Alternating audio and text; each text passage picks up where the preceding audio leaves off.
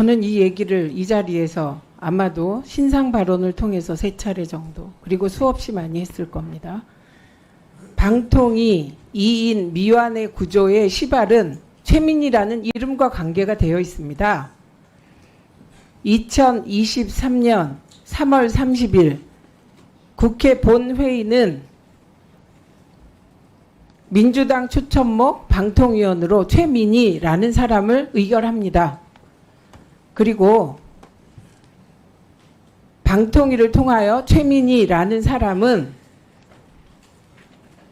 검증을 받습니다.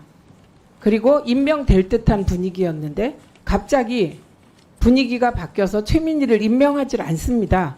그리고 그 사람은 7개월 7일 동안 손발이 묶여서 아무것도 못하고 철창 아닌 철창 신세를 지면서 기다렸습니다. 그런데 그 사이 법제처라는 기관이 최민희가 방통위원회 부적격 사유가 있다며 판단을 한다면서 7개월 가까이 판단을 하지 않았습니다.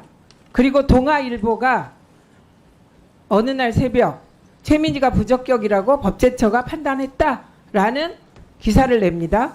그리고 그날 오전 법제처는 우리는 부적격 판단한 일이 없다. 해명 자료를 냅니다. 최민희라는 사람은 언론중재 신청을 했고 이깁니다. 동아일보가 이례적으로 정정 보도를 합니다. 그러면 그리고 지금까지 법제처는 최민희의 부적격 여부에 대해서 판단하지 않고 있습니다. 이건 이례적인 것으로 고3속 방통위원이 같은 상황을 겪습니다.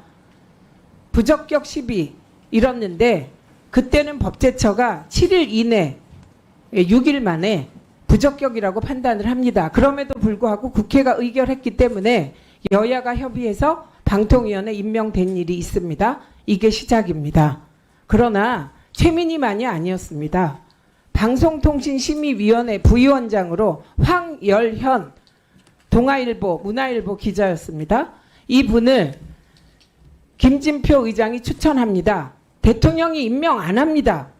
민주당이 최선영 교수를 방송통신심의위원으로 추천합니다. 대통령이 임명 안 합니다. 대통령이 지금까지 방통위와 방송통신심의위원회 임명한 사람은 전부 대통령 추천목 뿐이었습니다. 이게 시작이고 이 지긋지긋한 상황을 만든 시발입니다. 이 부분을 빼고 민주당이 추천 안 했다.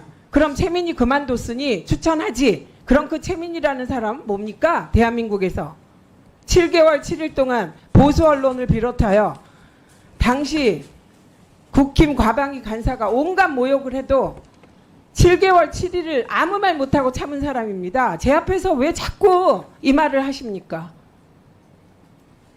왜 그러십니까? 민주당이 바보입니까? 자기 당 추천 인사들이 이렇게 모욕을 당하는데 또 추천 안 하고 모욕을 당할 텐데 다른 사람을 추천하면 추천하겠습니까? 그래서 제가 이 자리에서 최영두 간사에게 우리 추천하겠다. 그러면 대통령께서 임명하겠느냐. 몇 번을 물었잖아요. 몇 번을 임명하게 해주겠다고 말하셨잖아요. 그래서 제가 지도부에 보고해서 방통위원 추천 절차에 들어가겠다고 제가 이 자리에서 얘기하지 않았습니까? 만약에 제가 이 자리에 없다면 자꾸 이 2인 구조 문제를 민주당 탓하실 수 있습니다.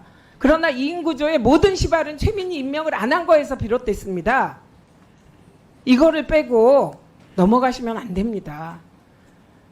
그리고 방통위 5인 구성의 완성은 각 당 추천으로 이루어지는 것이 아닙니다.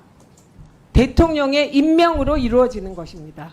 민주당이 추천해도 대통령께서 임명 안 하시면 5인 구조는 될 수가 없습니다.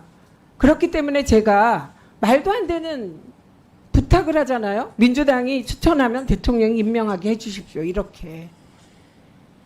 저는 오늘 저의 이 신상 발언을 계기로 다시는 2인 구조의 원인을 얘기할 때 최민희를 임명 안 한 것이 시발이다 말하시지 않으려면 안 해주시기 바랍니다. 들을 때마다 모욕감을 느끼고 들을 때마다 그 7개월 7일이 떠오릅니다. 아무것도 못하고 방송도 못 나가고.